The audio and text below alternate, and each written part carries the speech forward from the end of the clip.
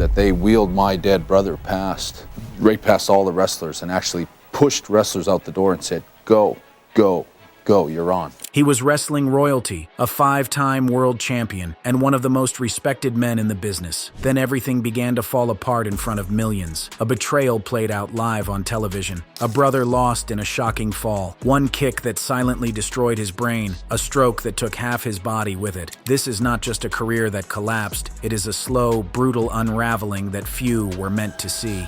The rise of the excellence of execution. There are wrestlers who become champions. There are wrestlers who become legends. And then there is Bret the Hitman Hart, a man who scaled the absolute pinnacle of professional wrestling, only to have his career, his family, and his very body systematically destroyed by the people he trusted most. What really happened to Bret Hart? The answer is more devastating, more complicated, and more controversial than you could possibly imagine. Let's go back to the beginning. Bret the Hitman Hart was born on July 2nd, 1957 in Calgary, Alberta, Canada, into what would become professional wrestling's most legendary family dynasty. His father, Stu Hart, founded Stampede Wrestling and trained countless stars in the infamous Dungeon, a basement wrestling room that became both a proving ground and a chamber of horrors for aspiring wrestlers. Oh yeah, there's a little room they call the Dungeon, which still, still works. But I don't understand growing up. Like, your dad's into wrestling, so therefore all of his kids have to fight each other?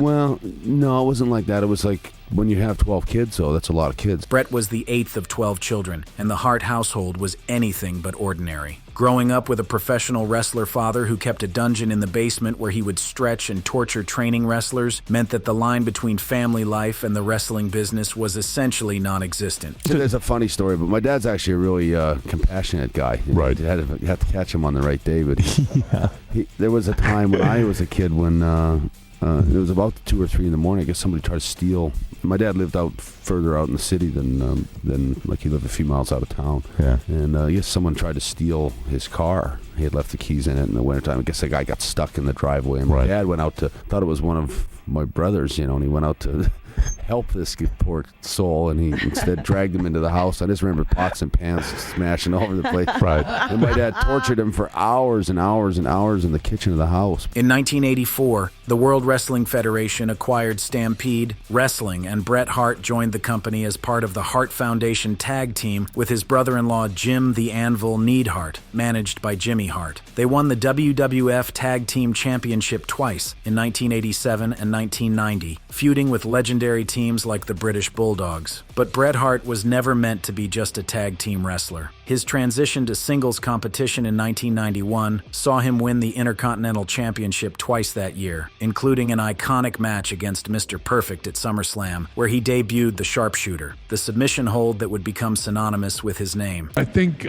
being a guy that grew up in the wrestling business, a kid, and a guy that watched wrestling all my life, I really got to understand wrestling and the psychology. Whether I didn't learn algebra in school or anything. I was always lousy at math, but I knew my wrestling when I was 7 years old. And then came the moment that would change everything: the WWF Championship. Bret Hart became WWF champion in 1992, holding the title 5 times total: 1992, 1993, 1994, 1995, and 1996, and 1997. His cumulative reign of 654 days was the most of any WWF champion in the 1990s. He won King of the Ring in 1991 and 1993, co-won the 1994 Royal Rumble with Lex Luger, and headlined WrestleManias 9, X, and 9. But success in professional wrestling always comes with enemies, and Bret Hart was about to make the most dangerous enemy of his career. There is perhaps no rivalry in wrestling history more bitter, more personal, and more destructive than the one between Bret Hart and Shawn Michaels. What started as professional competition curdled into genuine hatred,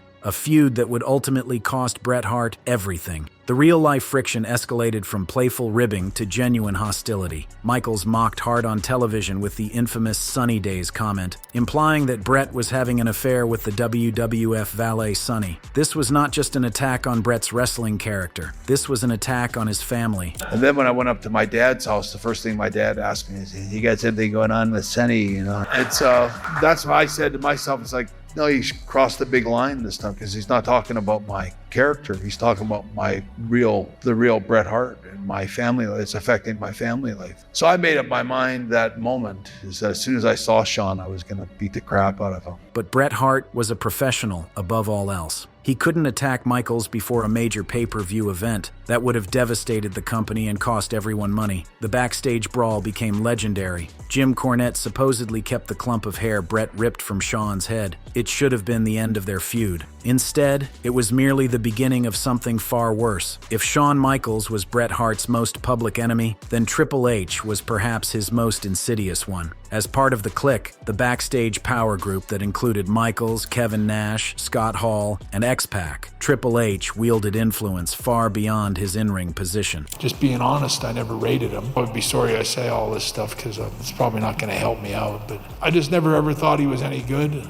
I never thought everything he's done, everything he's created, it's all stuff that he wrote out for himself. Like, I'm going to be this. Bret saw Triple H not as a deserving talent, but as a political operator who manipulated his way to the top. I think Triple H is a phony, like in the sense that he never earned it, and he never deserved it. He just married the boss's daughter. And there was one incident in Germany that crystallized Bret's resentment forever, a moment where Triple H tried to use his backstage power to bury Bret Hart in one of his strongest markets. Vince McMahon, to his credit, immediately saw the logic and changed the plans, but the damage was done. Bret knew exactly who Triple H was and what he was capable of. The stage was set. Bret Hart had made powerful enemies. Shawn Michaels hated him. Triple H wanted to destroy him. And Vince McMahon was about to make a decision that would change professional wrestling forever. How they murdered Bret Hart's character. By 1997, Bret Hart was the WWF champion and arguably the most respected wrestler in the company. But behind the scenes, everything was falling apart. The WWF was losing the Monday Night Wars to WCW. Money was tight, and Vince McMahon had signed Bret Hart to a 20-year, $9 million contract that he suddenly couldn't or wouldn't honor. Vince McMahon essentially pushed Bret Hart toward WCW, encouraging him to take their offer, a 3-year deal worth $2.5 million annually with creative control. But there was a problem. Bret was still the WWF champion, and he was scheduled to defend the title against Shawn Michaels at Survivor Series 1990. Bret offered to put Michaels over. He offered to do the right thing professionally, and Michaels' response was devastating. This changed everything for Bret. It wasn't about the title anymore. It was about honor, about respect, about not rewarding someone who had openly declared they would never return the favor. Bret's contract included reasonable creative control over his character in the final 30 days of his tenure. He had every right to refuse to lose in Canada, his home country, his strongest market, to a man who had disrespected him and attacked his family. Bret offered alternatives. He'd drop the title to Steve Austin. He'd drop it to anyone else in the company. He'd even drop it to Michaels the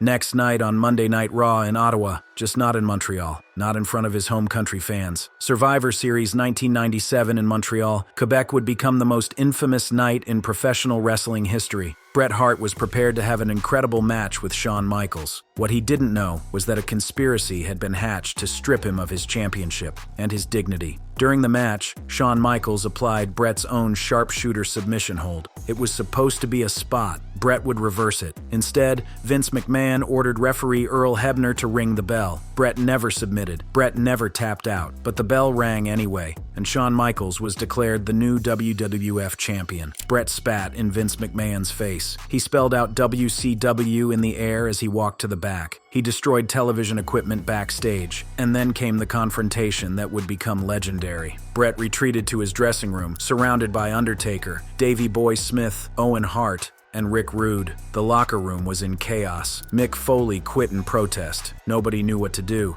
I remember Taker and a few of the different wrestlers that were in the dressing room at that time. I remember Taker kicking a big garbage can over, and a lot of wrestlers breaking stuff and throwing stuff around. When Bret returned to his dressing room, he found Shawn Michaels sitting there, a bizarre, almost surreal detail. But the main event was still to come. The Undertaker went to find Vince McMahon and brought him to that dressing room for a confrontation. Bret walked past Vince, naked from the shower. He was furious, but he also had the presence of mind to realize that attacking Vince while nude would look absurd in the documentary that was being filmed. But when Bret finished getting dressed, he made one final declaration. Bret Hart punched Vince McMahon in the face. He has described it as a beautiful Mike Tyson uppercut. Vince went down. The deed was done. The Montreal screwjob was captured in the 1998 documentary Hitman Hart, Wrestling with Shadows. Bret has described what happened as his character being murdered. The real-life controversy blurred the lines between kayfabe and reality, ultimately inspiring the creation of the Mr. McMahon villain character that would define WWE's Attitude Era. For years, Bret Hart has maintained that he was a company man who would have done anything the company asked, if only he had been treated with basic respect. The destruction of Bret Hart. Bret Hart debuted in WCW at Starrcade 1997 as a guest referee. The company had paid a fortune to acquire one of wrestling's greatest talents, and then they proceeded to waste him completely. In WCW, Bret won the United States Heavyweight Championship a record 4 times, the World Tag Team Championship once, with Goldberg, and the WCW World Heavyweight Championship twice, achieving Triple Crown status. But WCW's chaotic management meant that Bret was perpetually underutilized. He joined the NWO briefly. He feuded with stars like Sting and Goldberg, but he never received the treatment his talent deserved. And then came the moment that would end his in-ring career forever. At Starrcade 1999, during a match for the WCW World Heavyweight Championship, Bill Goldberg delivered a stiff thrust kick to Bret Hart's head. The impact was devastating. Bret suffered a severe concussion and post-concussion syndrome. He claims he may have suffered up to 3 concussions that night alone. In a decision that haunts him to this day, he continued wrestling briefly afterward, exacerbating the damage. The injury forced Bret Hart's retirement. He vacated the WCW World Championship, had his contract terminated by WCW, and officially retired on October 26, 2000, at the age of 43. Bret has long blamed Goldberg for the career-ending injury, stating that the kick cost him $16 million in potential earnings. He has called it an avoidable accident caused by recklessness. Others have noted that Bret raised his hands in anticipation of the kick. The debate continues to this day, but even before the career-ending injury, Bret Hart had suffered the most devastating loss imaginable. On May 23, 1999, his younger brother Owen Hart died during a WWF pay-per-view event called Over the Edge. Owen was being lowered from the arena rafters for a stunt entrance as the Blue Blazer character. A quick-release harness malfunctioned, causing Owen to fall 78 feet onto the ring ropes and turnbuckle. He suffered fatal internal injuries, including an aortic rupture, and was pronounced dead at the hospital. He was 34 years old, leaving behind a wife and 2 young children. Who were you when you found out about Owen? I was actually on a plane flying to do the Jay Leno show, which I never did do, and just found out on the plane about Owen, which was really hard. You don't ever want to find out about a tragedy on an airplane. Trust me on that one. What made Owen's death even more devastating was the knowledge that Owen hadn't wanted to do the stunt in the first place. What about the stunt itself? Owen did not want to do that stunt. In fact, he told his wife he was not going to do it. Yeah, Owen was a really very careful, smart, cautious guy. The most painful detail, the WWF continued the pay-per-view after Owen's death. Bret has never forgiven Vince McMahon for that decision. The Hart family sued WWF for negligence and settled out of court. But for Bret, no amount of money could bring back his brother, the practical joker, the family man, the best partner he ever had in the ring. From 1997 to 2002, Bret Hart endured a relentless sequence of losses that would have destroyed most people long before the final blow landed. In 1997, the Montreal screwjob ended his WWF career in the most humiliating way imaginable. After years of loyalty, excellence, and professionalism, Bret was stripped of control in front of the world. What should have been a respectful farewell became a public betrayal that shattered his trust in the industry he helped build. Just 2 years later, tragedy struck in the most personal way possible. In 1999, Bret's younger brother Owen Hart died after falling during a WWF event. The loss was sudden, horrifying, and irreversible. Wrestling was no longer just a profession tied to pain and politics. It became the place where Bret lost a piece of his family forever. The industry he once loved now carried unbearable emotional weight. That same year delivered another devastating blow. During a match, a kick from Bill Goldberg caused Bret severe brain damage. At first, the effects were unclear, but over time, it became undeniable. His concentration faded, his health declined, and his ability to perform at an elite level disappeared. The craft he had mastered was taken from him without warning. By 2000, Bret was forced into retirement at just 43 years old. Far earlier than planned. His identity, built over decades, vanished almost overnight. In 2001, he lost his mother, Helen Hart, the emotional backbone of the legendary Hart family. And in 2002, his 20-year marriage to Julie Smadu ended, worn down by grief, trauma, and years of unresolved pain. This was not a single tragedy. It was a slow collapse of a life once defined by strength, pride, and purpose. And then, on the very same day his divorce was finalized, June 24, 2002, Bret Hart suffered a bicycle accident in Calgary, hitting a pothole and sustaining a massive stroke. The stroke caused total left side paralysis. Bret spent months in rehabilitation, initially wheelchair-bound. He dealt with lasting effects including mobility limitations, emotional instability, and depression. In 2003, his father Stu Hart died at age 88 from complications of diabetes and pneumonia. Bret was by his side. Another piece of the Hart family legacy was gone. In 2016, Bret was diagnosed with prostate cancer. The disease was caught early and treated successfully via surgery. He has remained in remission with regular monitoring, but it was yet another reminder of his own mortality. Despite everything, despite the betrayals, the injuries, the deaths, the stroke, Bret Hart survived. And eventually, impossibly, he found a way to make peace with some of his past. In 2010, Bret reconciled with WWE. He had been inducted into the Hall of Fame individually in 2006. He served as Raw General Manager. He won his 5th United States Championship. And at WrestleMania Dick 66, he faced Vince McMahon in a no-holds-barred match with the entire Hart family at ringside, finally getting the closure that had eluded him for over a decade. His final match came on September 12, 2011, a tag team match with John Cena, and then, finally, retirement. As of 2026, Bret Hart remains active in wrestling discourse. He signed a WWE Legends contract in 2022. He authored an award-winning autobiography in 2007, Hitman: My Real Life in the Cartoon World of Wrestling. He launched the Sharpshooter Show podcast in 2016. He founded the Calgary Hitmen hockey team and opened Hitman's Bar in Calgary in 2023. On January 6, 2026, Stone Cold Steve Austin discussed his iconic chemistry with Hart, calling him the best there is, the best there was, and the best there ever will be. Their WrestleMania 13 match in 1997, the legendary submission match that saw Austin refuse to tap out to the sharpshooter, blood pouring down his face, was inducted into WWE's Immortal Moments in 2012. Have cited Bret Hart as an influence. CM Punk,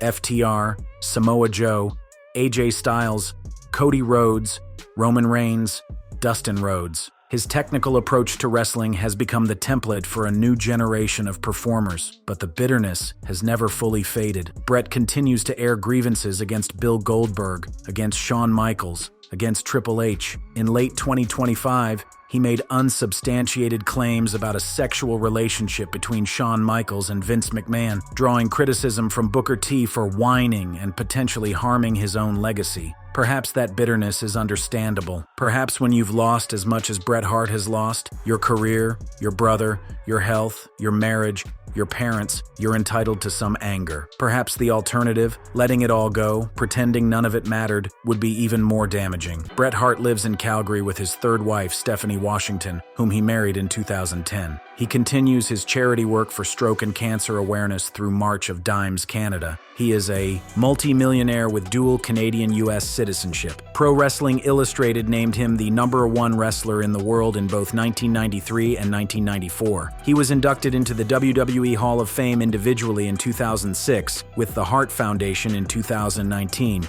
and for his WrestleMania 13 match in 2025. He was added to Canada's Walk of Fame in 2021. The tragedy of Bret Hart is not that he became bitter. The tragedy is that he had so many reasons to be. In an industry built on betrayal and broken bodies, Bret Hart trusted the wrong people and paid the ultimate price. The best there is, the best there was, the best there ever will be.